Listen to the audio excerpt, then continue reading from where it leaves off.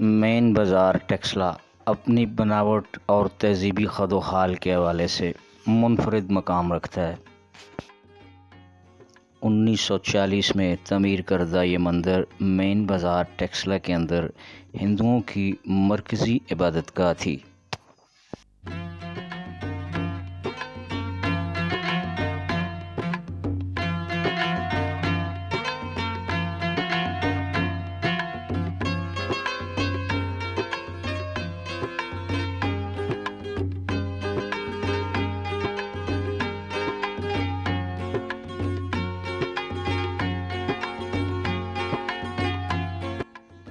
تقسیم ہند سے قبل مین بازار ٹیکسلا میں ہندو تاجروں کی اکثریت تھی، جس بنا پر ہندوؤں نے 1940 میں یہ مندر تعمیر کروایا۔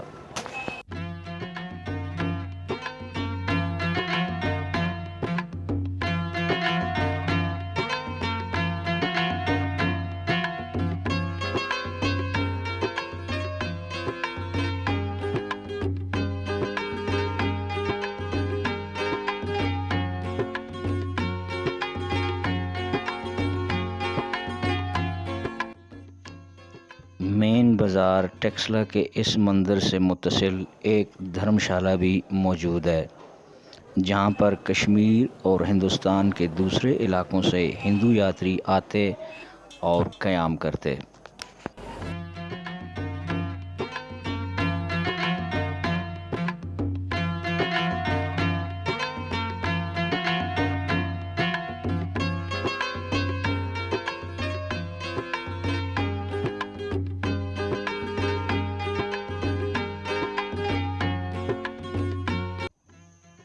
تقسیم ہند کے بعد اس دھرم شالہ کو گورنمنٹ پرائمری اسکول بنا دیا گیا، جس کی پرانی خستہ حال عمارت مگر تاریخی عمارت وقت کی ستم ظریفی کی بدولت گر کر تباہ ہو گئی اور نئی عمارت تعمیر کر کے اسکول کو اب تک جاری رکھا گیا۔